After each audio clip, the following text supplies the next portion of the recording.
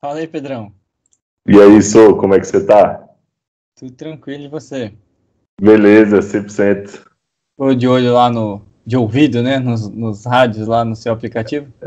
É bem mais legal, cara, que você acompanha a comunicação durante a corrida. Fica bem interessante, Sou, recomendo. Nos treinos também, né? Até me mandou uns aí. É, nos treinos eu acho mais legal ainda do que na corrida. Então fala aí pra gente, Pedrão. O que que aconteceu com o Carlos Sainz, cara? Ele tava indo pro grid e deu pau. Pois é, pois é, Sou, foi uma fatalidade, né? É muito triste quando você vê um carro não largando. O Sainz saiu para ir para o grid e teve um problema no escapamento. O problema que costuma dar em escapamento que a gente sabe é o escapamento trincar, né? O escapamento abre.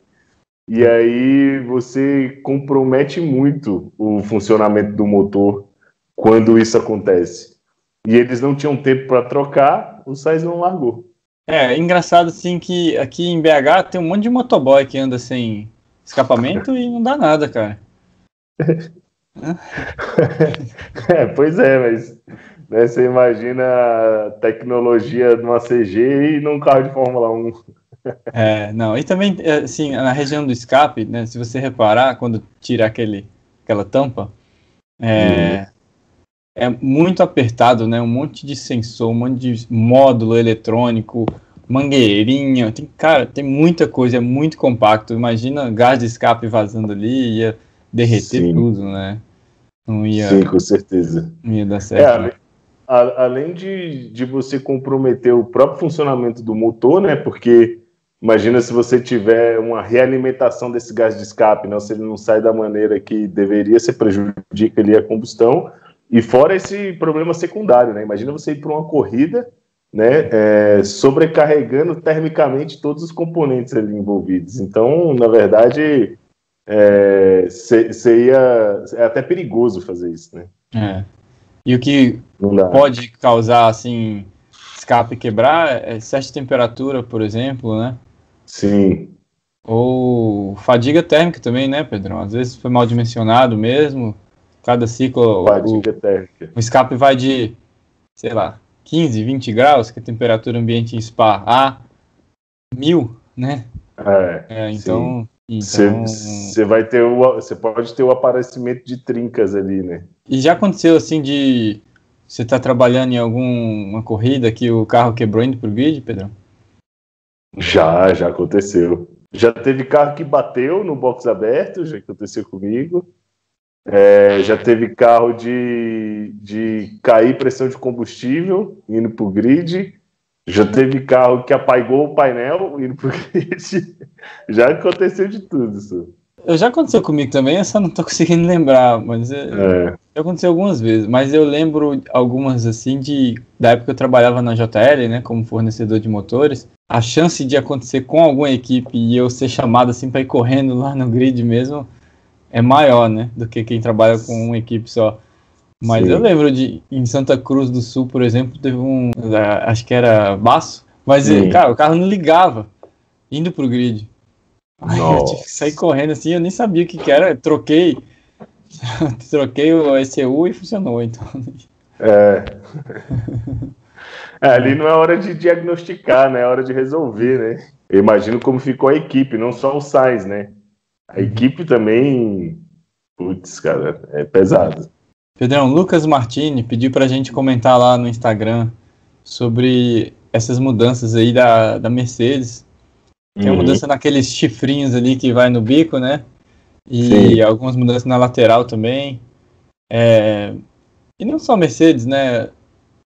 Todas as equipes sempre trazem atualizações entre uma corrida e outra. sim, sim. E para a gente poder comentar exatamente a função de cada mudança, o, o objetivo de cada mudança, teria que estar participando no projeto, né? O que dá para a gente falar assim de um modo geral, né? Que eu até fiz um vídeo falando sobre mapa aerodinâmico. E quem quiser, tiver interesse, vai lá no meu IGTV que eu falo um pouco sobre isso. No fim das contas, né, essas mudanças aerodinâmicas é para você mudar os seus coeficientes, né, tanto de downforce quanto de arrasto.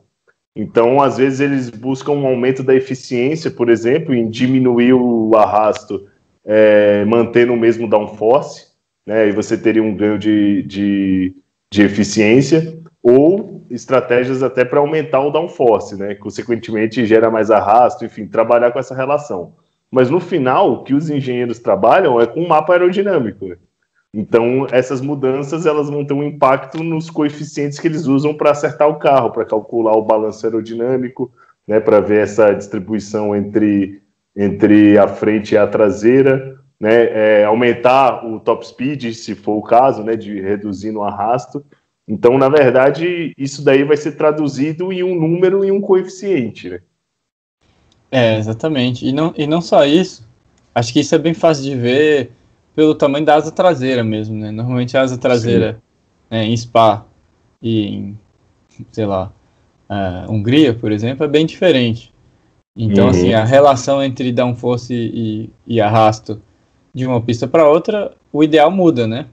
Sim. Mas, e não só isso, o balanço aerodinâmico ideal também muda, né? Então, eles não só vão pensar no arrasto como no downforce, mas também no balanço aerodinâmico, que as velocidades atingidas são diferentes. Sim, com certeza, com certeza. E eles estão sempre buscando estar no fino do limite em todos os pontos do circuito, né? É isso, né? Acho que a gente sempre vai ver os extremos, né? Spa, Monza, Silverstone versus Hungria, Mônaco, até mesmo Interlagos. O tamanho de asa e os apêndices aerodinâmicos são bem diferentes. Para quem gosta mais a fundo, eu recomendo no motorsport.com, tem uma coluna do Giorgio Piola, e nem ele consegue explicar muito bem o que cada coisa faz, mas ele explica um pouco melhor que a gente. Assim, e tem um Instagram também que eu recomendei até semana passada, por coincidência, que é Ross F1 Design, ele também sempre comenta, e quem quiser eu vou colocar o link aí, é bem legal.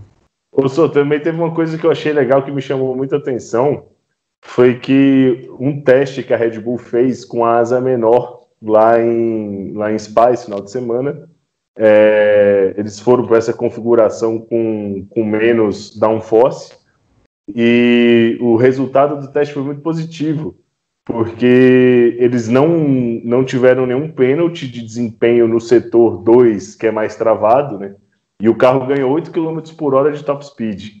Então, essa configuração de asa menor deu para eles muita competitividade, a gente pôde ver. Só que para a corrida, a previsão era de chuva.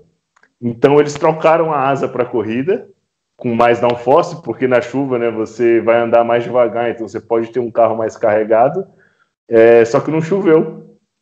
E aí comprometeu muito o desempenho da Red Bull na corrida, por uma decisão que foi tomada no dia anterior, com base na previsão do tempo. Olha só que coisa. Esse é um caso interessante, assim, que exemplifica como que o engenheiro às vezes também tem que, às vezes não sempre, né, tem que presumir coisas, né, tem que fazer escolha baseado, não dá para controlar tudo, e às vezes você tem que, como eu digo, chutar, né, uma condição climática, ou mesmo uma estratégia do concorrente, alguma coisa assim. Sim. Para você ver que esse tipo de situação, né, até as equipes de Fórmula 1 passam por isso, né? Exatamente. Todo mundo. Tem muito. Eles assumiram um cenário, foram com tudo e a estratégia não deu certo. E não é só asa, né? É todo o conceito de setup também. Sim, tudo. A asa é um dos fatores. Sim, né? Sim. Pedrão, e Marcelo Monteiro e Luiz Guidenardi perguntaram o que é aquela mangueira de ar que a Ferrari colocou no carro do Leclerc durante o pit stop. Pergunta interessante isso. Eu assisti na corrida, vi aquilo também. Aquilo dali é por causa do sistema pneumático que o Power Unit usa, né? As válvulas do Power Unit são pneumáticas. Então as equipes usam ar para poder alimentar o sistema. Tem um reservatório de ar comprimido, né, que aciona as válvulas do motor mesmo, válvula de admissão e de escape.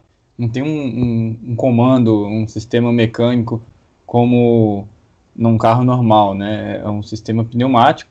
E esse sistema, normalmente, ele tem uma autonomia maior do que a distância de uma corrida. Não sei porquê. O do Leclerc, não sei se esqueceram de encher, eu acho que não. Deve ter tido um vazamento e eles tiveram que dar uma completada ali, né? Porque assistindo a corrida foi muito estranho, porque o Leclerc parou assim do nada, ele também não entendeu o que estava acontecendo. Na transmissão mostrou o rádio dele perguntando por que tinham parado ele. O Javier falou para ele que depois ele explicava, e eles fizeram a troca de pneu e chamou a atenção um dos mecânicos, né, com essa mangueira alimentando o sistema pneumático. Então pode ser até um vazamento, né, também. E, enfim, alguma coisa relacionada com a má fase que a Ferrari já vem enfrentando, né, Su? Quando a fase tá ruim, hein, Pedrão? Mas se você reparar, sempre nos treinos, na transmissão do treino livre, toda vez que o carro tá dentro do box, você vai ver essa mangueira engatada, né? Além de outras, né? Tem tantas que é difícil identificar qual, mas é aquela ali, fica do lado ali, perto como se fosse embaixo do radiador ali, né? Então Sim. É ali que eles conectam isso.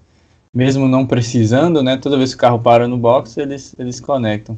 Eu ia falar do Leclerc, que ele não teve punição, né? A gente comentou por andar sem cinto. Né? Eu tô achando que a FIA pegou leve justamente porque o desempenho da Ferrari já é a punição pro Leclerc, né? Vocês assim, coitado, não deixa. Tipo café com leite, né? Fala, não, cara, a situação de você já tá. Não deu em nada, ninguém se machucou, então. Pedro, semana passada a gente falou, né? Tava tendo o teste da nova geração da NASCAR. E o pessoal gostou muito do desempenho, falaram que conseguiram tempos de volta já semelhantes ao que o carro atual estava virando lá em Dover. E o que é legal, assim, de trazer para a galera é que a NASCAR está tentando fechar o primeiro conceito desse carro até setembro, né? Então por isso que eles estão agilizando esse teste. O carro vai estrear mesmo em corrida só em 2022, né? Seria ano que vem, mas passa a ser em 2022 por causa do Covid. E eles estão com o conceito semelhante a Stock Car, que é deixar o carro mais próximo ao carro de rua, né? Olha aí que legal, a Stock Car lançando tendência, Su. Pois é, eu acho que essa é uma tendência certíssima, porque para o público se identificar com o carro, né? Sim. Acho que o NASCAR não vai ser como o Stock Car, né, que ficou bem parecido com um carro de rua, mas vai ser um pouco mais parecido do que é hoje. Não, e sem falar que na Stock a gente teve, né, as corridas mudaram muito, né, as corridas ficaram bem mais legais, então, além de quem assiste, né, ver o carro de rua ali na pista, ainda tem mais emoção agregada, né, então é ganha-ganha total, muito legal. Com certeza. É isso aí, né? Então, beleza, Su. É isso. Obrigadão aí todo mundo que mandou mensagem. Valeu a todo mundo que participa, que acompanha a gente. Os feedbacks são muito importantes para nós. Continuem mandando, que faz diferença. É isso aí. Semana que vem a gente fala da Endurance. Vamos estar lá em Curitiba, né? Isso. Exatamente. Já quarta-feira eu tô viajando já, Su. Eu também. A gente se vê lá. Beleza, a gente se vê. E se der, se não for pedir muito, se você puder levar uns pãozinhos de queijo lá pra gente, eu agradeço. Eu vou ver o que eu faço. Beleza. Você vai levar uns piqui? Não, eu nem gosto de piqui. Né? Mas se você quiser fazer uma troca, eu levo uns piqui sim, eu arrumo. Tá bom. Beleza. Valeu, cara. Um abraço. Tchau.